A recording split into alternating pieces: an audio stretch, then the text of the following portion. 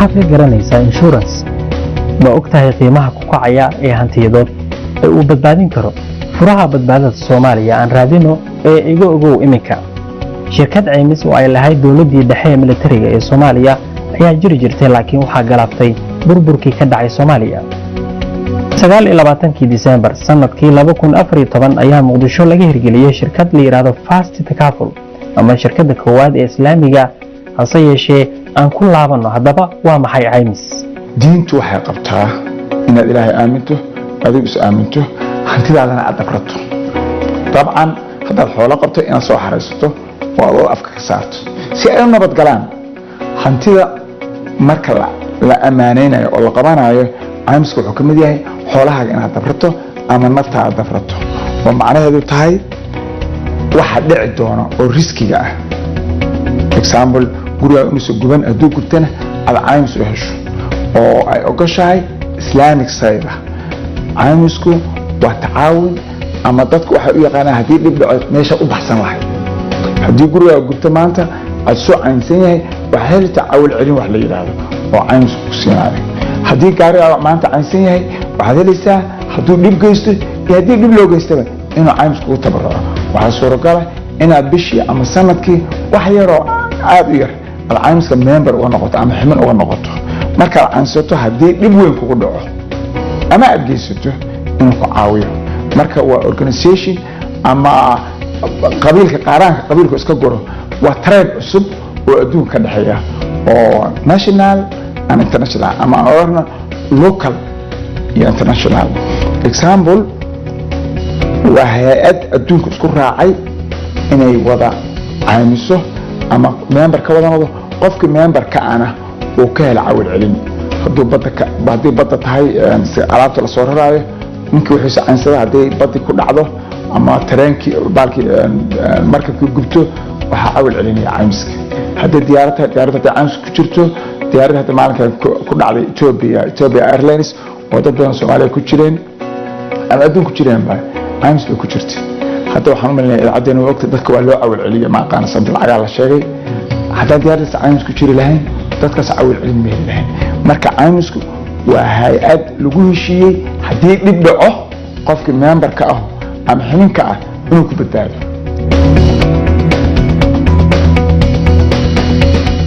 Soomaaliya oo burbur xoogan ka soo kabanaysa wali ayaa ganacsiga dalkan ka jira waxa uu muuqdaa mid ka firfircoon marka loo eego ama la barbar dhigo wadamada kale ee gobolka Geeska Afrika maxaa la ceeminayaa maxay si ka faa'iidayaan dadka Soomaaliyeed insurance mustaqbalka dhow iyo mustaqbalka fogba annaga waqti badan baan soo fikirkan lahaa aqoon ka soo fikireen maalgelinta loo maalgeliyay waxaan sameynay sahan badan ama research badan baan sameynay dal adduunka dhan xiriir wada leeyahay Soomaaliya adduunka global waa hal small village baan ku jirnaa marka caymis in la wada leeyahay adduunka waa muhiim caymiska annaga aan keenay waxaan rabnaa qof kastoo Soomaaliya good oo small village degan beertu inay aysan taarna xoolo inay aysan yihiin baan rabnaa waxaan rabnaa gaadiidka suuq wadada maray inay aysan taarna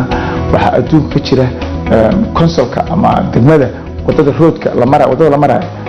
waxa aymiya degmadaas aymis ama gobolkaas wadadaas ku taala aymi hadii qofku kufo ama dib ku dhaco si qofkaas u helo marka waxaan rabaa dadkana inay gaaraan adduunka kamid noqdaan aymiska waxaan rabnaa aymis islaamiga oo shariic bool leh oo aan professional ahayn inuu dalka naga wada gaaro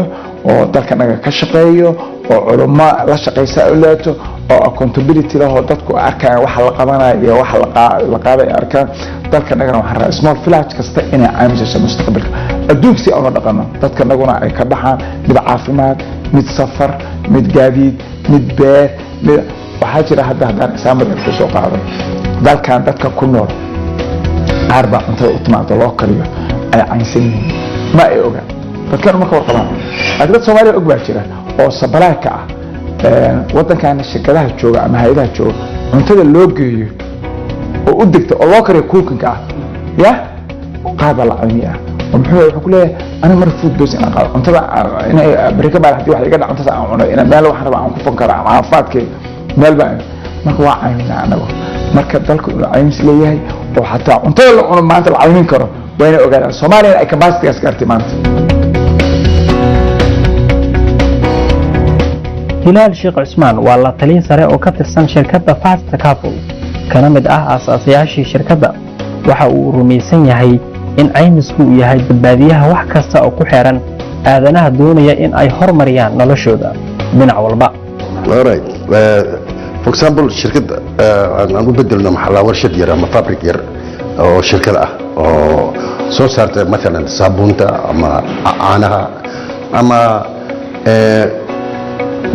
waxyaabaha yarka oo dadka isticmaalaan oo kale maacuunta oo kale warshad noocaas oo kale ama shirkad noocaas oo kale qofku markuu haysto waxa uu baahan yahay in caymisku uu soo gudbiyo waxa uu haysto shirkadda qiimaha ay haysato value-geeda badeecadeeda value-geeda assets-ka ay haysato in value-giisii uu qiimo u leeyahay marka ogaana marka value waxay shirkadda ay leedahay waxa la yiraahdaa assessment waa in loo tagaa shirkaddii waxyaabaha ay sheegeen la ogaado in run laga sheegay for example qiimo aanan jirin in la sheego dhibaato bay keenay waana shirkadda way assessment ay ku sameystaa shirkaddii iyo shirkaddii wayna heshiis ku yihiin waxaan qiimaha la sheegay ma yahay waxaa jira markaa kadib assessment-ga markii la sameeyo waxa loo sameeyaa qiimeyn مثلا هذه الشركة 3 مليون قيمة وياي وحاجر ريتس لورا أو international standard أو بالبين ولا بحياة سند ولا بحياة أنت بريميوم كا أما contribution كا أو شركة دلغة هذا مثلا 3 مليون مكي value goes يعني هذا كتير تاي about 3,500 4,000 for the whole of year السنة كودن يعني marka waxa dhaqan karto waxa shirkadda kale waxay ku heshiin karaan in installment inay bixiyaan tartiib bil 2 bil 3 bilood 6 bilood sano marba hadii contractka oo amiska la saxiixo wuxuu xaq u yeelanayaa ninka amiska galay policy of the insurance waxa la hayaa aqdi oo u dhaxay labada shirkadood oo sheegay shuruudaha amiska oo dhan shilalka markii ay dhacaan qaabkii loo marayo haddii wax la isku qabto halka la aadayo maxkamadaha la aadayo wuxuu xaq u yeelanayaa ninka shilka in la qiimeeyo shilka for example 3 milyan dhan ma baabiin waxa baabaaday for example 500 in loo celiyo lacagtiisa intii baabaaday dib loogu celiyo shirkadda weyn ma ka dhamaysaa that's the procedure oo caadi ah la maro suuqyada ganacsiga gaar ahaan kuwa shirkadaha ay ku midoobaan duulimaadyada diyaaradaha maraakiibta baabuurta nooc walba caafimaadka waxbarashada iyo waxyaalo kale ayaa u baahan in la geliyo insurance ama wax loo yaqaano caymiska si wax ka badan 70 aad u hesho hantidaada haddii ay burbur la kulanto waxaan soo wadnay maxaa mashruucan hadda almost 6 years waa ilaa 6 sanadood oo soo daadiyeen waxaan tagnay almost jaamacada aan tagin male on presentation aan ka bixin dadka aan ku wacyigelin waxa waay insurance loogu baahan yahay qaarkood dadka ma yaqaan macnaha insurance waay insurance aan u qaadanaa buu leeyahay wayna ka laga dhaadhicin karaa inuu u baahan yahay qofka hadduu xanuunsado dhakhtarku ugu soo horay daawada uu ka qaadanay insurance buu u baahan yahay haddaadan insurance lahayn adduunka ma jiro waxaan insurance lahayn anagana adduunkan ka mid nahay waxa waqti bay qaadatay ilaa heerka hadda la maray dadka aad bay soo fahmeen laakiin stage-ka aan rabnay weli lama gaarin waxaan rajaynayaa laakiin haddii sidaa lagu wado oo meediyahan loo si fiican wacyigelin looga bixiyo iyadoo la adeegsanayo culamada iyo maxallaha dadka waayo arag ah waxaan rajaynayaa inay maxallaha ay aad iyo aad ugu hormarto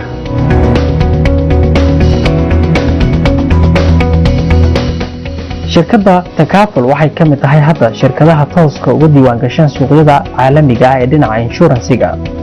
sidoo kale waxay leedahay shuruuc lagu dhaqo oo ilaalinaya cid walba oo qaadata caymiska takaful kalaas kasta caymis ah in shirkaduna awoodo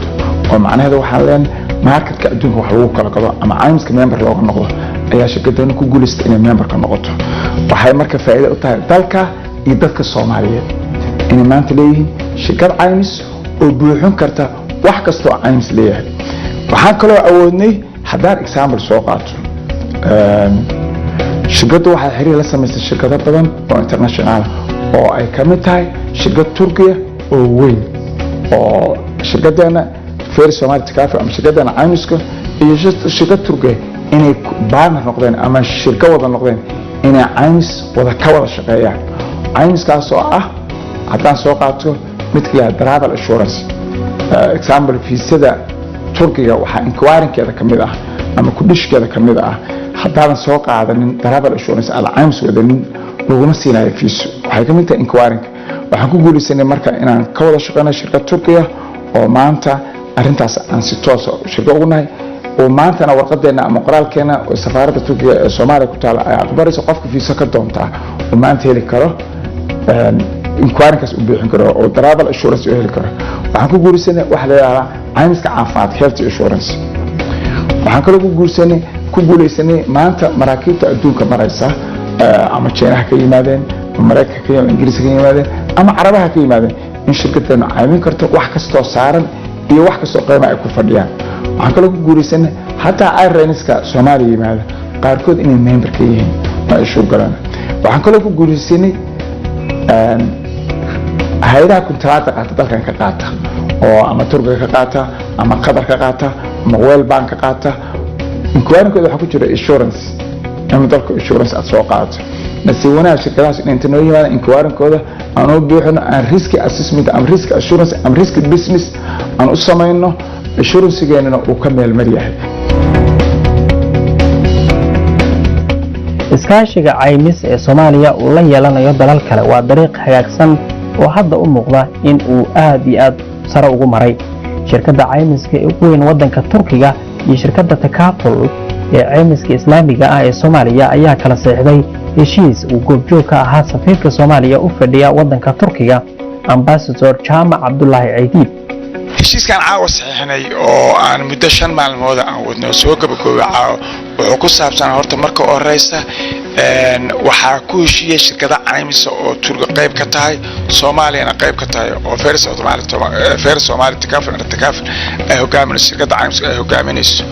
waa heshiis caymis waxa uu helay heshiis ganacsi oo ballaaran oo Soomaaliya aan maadaama anagu aan ganacsatada Soomaaliyeed ka mid nahay shirkada caymiskana ay tahay waxaan ku casuubinay ay marka hore ayeen caymis ay leedahay shirkad caymis oo Turkiga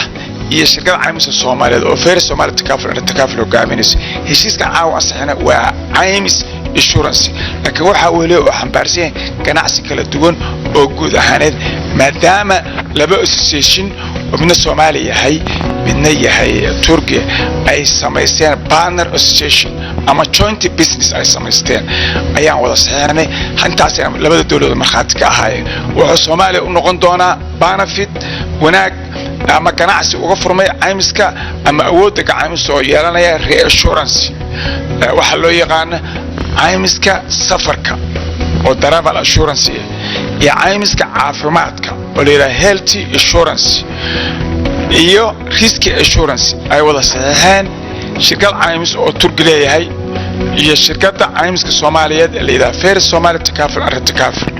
waxaan ku faraxsanahay in shaqadaas ay qayb ka ahayd National TV-gana inuu qayb ka ahaa waxaan kaloo ku faraxsanahay safaaradda Soomaaliyeed oo safiirka hogaaminaya inay qayb ka ahaayeen waxaan kaloo ku faraxsanahay dawladda Turkiga inaysan noo kala harin wasaaradda maaliyadda wasaaradda ganacsiga ganacsatadooda iyo xafiiska madaxweynaha oo la taliyaha markii ugu dambeysay oo la taliyaha madaxweynuhu lagu casuumay xarunta madaxtooyada oo maanta oo ahayd oo la soo gunaanadiyay shirka oo gunaanadkii shaqada oo halka ku sameeyay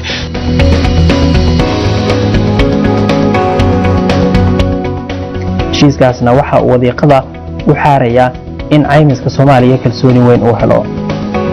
heshiiska labada caymis ee Soomaaliya iyo Turkiga waxa uu muhiim u yahay dhinaca duulimaadyada ama waxa loo yaqaan travel insurance midowga shirkadaha duulimaadyada Soomaaliyeed ee la soo gaabiyo SATA oo ka faa'iideysanaya fursadda insurance ee dalka ka jirta ayaa heshiis iyaguna waxa ay la galeen shirkadda caymiska Soomaaliya ee Takaful heshiiskaas oo ku saleysan caymiska duulimaadyada ama travel insurance haddaba waa maxay faa'iidada ugu weyn caymiskaasi ku jirta insurance anaga Takaful oo shaqeyn aad u fiican naga dhaxayso insurance muhiimadu u leeyahay qof kasta oo Soomaali ama qof kasta bini aadan oo safrayo waa inuu helaa meel insurance leh tigidhkiisa insurance inuu ku jiro xafiiskiisa meelo badan oo kala duwan hadduu safrayo oo u baahan yahay baahdaas kala duwan oo u qabo dee waa muhiim inuu insurance u helo wax insurance leh inuu raaca ama qaato insurance markii fiisaha uu qaadanayo u baahan yahay oo visa insurance wax la yiraahdaa jira mar waxaa jira tigidkiisa uu qaadanayo xafiiska uu ka jaranayo laftarkiisa inuu insurance leeyahay haddii tigidkiisa wax ku dhacaan qofka wax ku dhacaan waa in muhiimadda ugu weyn diyaaradda u raacayo in insurance leedahay laftarkeeda muhiimadda u leedahay dadka adduunyada hadda horumaray waxa insurance leena ma qaataan si ay caymis u noqdo marka muhiimadda ugu weyn uu leeyahay qof kasta oo insurance-gaas qaadanayo waa inuu wax insurance leh qaataa waxyaabaha ugu muhiimsan qofka nafsadiisa safgaranayo hantidiisa safgaranayo siduu caymis inuu helo qof anoo ku hadlayo gudoomiye ku-xigeenka Somali Association Travel and Tourism Agency ururkaas qof kastoo travel agency waxaan kula tali lahaa inuu insurance-ga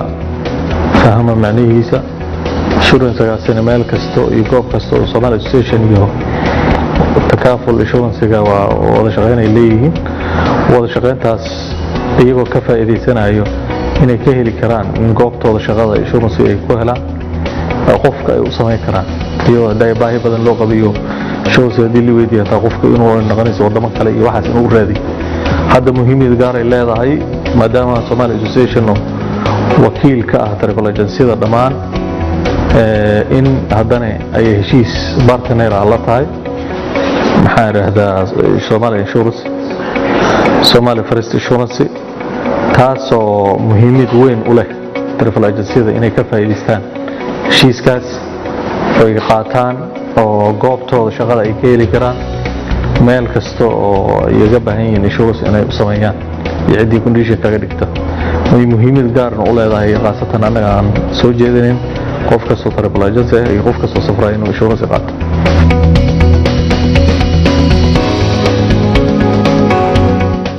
dhinaca kale waxaa lagama maarmaan ah in la dhameystiro lana hirgeliyo sharciga caymiska dalka oo ay ku howlan tahay wasaaradda maaliyadda xukuumadda federaalka ee Soomaaliya khubaradu waxay ku talinayaan si caalamka dhaqaalaha haysta uu maalgashi sareeyo ugu sameeyo Soomaaliya in la taageero caymiska dalkan ka hana qaaday xilligan muhiimka dawladdu waxa rabaa inay hadaysan iyada dhaqaaliga awoodin shuruucda inay gacan ka qaadato ay tira dalku si u badbaado dadku si u badbaadaan dalku adduunka si ula qaybsado insurance waa meel mar noqda marka caqabada ugu weyn waxa kamid ah dawladeena oo gacan weyn ana keenay inkastoo hadda aan si dadban u wada shaqeyno shuruucda dawladda example financial dawladda bangiyada iyo weel banka si dadban u wada shaqeyno shuruucaasna hadda uu kabar ku jiro laakiin dawladda waxa laga rabaa inay u aragto muhiimad inuu leeyahay insurance taas number 1 waa number 2 dadka noo fahamsaneen oo daayirta fahamsaneen insurance muxuu ka bargaran karaa markuu qofku guriga ka gubto oo suuq dhan baa gubanaya bukaaro dhan oo hantida Soomaaliyeed oo market Soomaaliyeed gubanaya bukaaro haday ku jirto insurance ka badbaadin lahaa goobta ganacsiga ee warshadaha Soomaaliyeed ayaa iyaguna waxay rumaysan yihiin in badbaadinta hantida Soomaaliyeed uu muhiim u yahay insurance-ga dalka ay keentay takaaful mar labaad markaad fiirisid adduunka horumaray aad ka fiirisid dhinaca ganacsatada ka ganacsata ganacsiga dhinaca dhaqaalaha ganacsiga ugu horeeya ugu weyn adduunka waa caymis kadib waxa yimaada bangiyada kadib waxa yimaada waxyaabaha ka sii yaryar oo deyn bixinta waxyaabaha soo noocyada kala gedisan bangiyada ay tahay haddii maanta marka anaga aan leenahay ganacsi Soomaali ah oo ku salaysan diinteena ku salaysan islaam ah waxaad malaysaa in ganacsiga Soomaalida uu horumaray hadii la heedmo calashan jiritaanka ganacsigaas caymiska la dhaho adduunka markaad fiirisid waxyaabaha bangiyada caymiyo ee ka dambeeya bangiyada waxa waa ganacsi la dhaho caymis haddii markii ganacsigaas uu hoos intuu soo dego uu soo marin bangi uu soo marin oo toos baan ula xiriiri karaan ka rugta ahaan anaga waxaan ku faraxsanahay waxaan ku sheegaa in ganacsigan aad sheegaysid caymiska ay ahayd meesha laga dhaqan galiyay laga hal abuuray laga keenay inay tahay rugta ganacsiga waxaan ku faraxsanahay in maanta ka hadlayno ganacsiga caymiska iyo muhiimadda uu leeyahay ganacsiga guud dhaqaalaha Soomaaliya insha Allah gobortoorahanaga doqonaga magaal iyo maamulkiisaba waxaan ugu baaqaynaa iyo taliyaha booliska iyo inta waxaan ugu baaqnaa hay'adan waxa iskala dalka dad baa maalgeliyay waxa u buuxisay darashad banaan oo caymis laakiin inay dhiirigeliyaan oo wada shaqayn sameeyaan oo shirar ka qayb geliyaan oo waqti ka qayb geliyaan oo yiraahdaan maya caymis la'aan ma jirto deedna caymis markuu qaada ay yiraahdaan yes wadadaas wada hebla caymiska ha dhiso isbitaal hebla caymiska ha dhiso caafimaad hebla caymiska ha sameeyo ayaa laga rabaa marka hoggaanka dalkaas isagaa laga rabaa inuu wax dhiirigeliyo maxaa la rabaa inuu wax aruuriyo isagaa laga rabaa annagu qayb baan ka nahay shuruucdana waa ogolnaa inaan hogaansano marka isagaa laga rabaa inuu dhiirigelintaas ka qayb qaato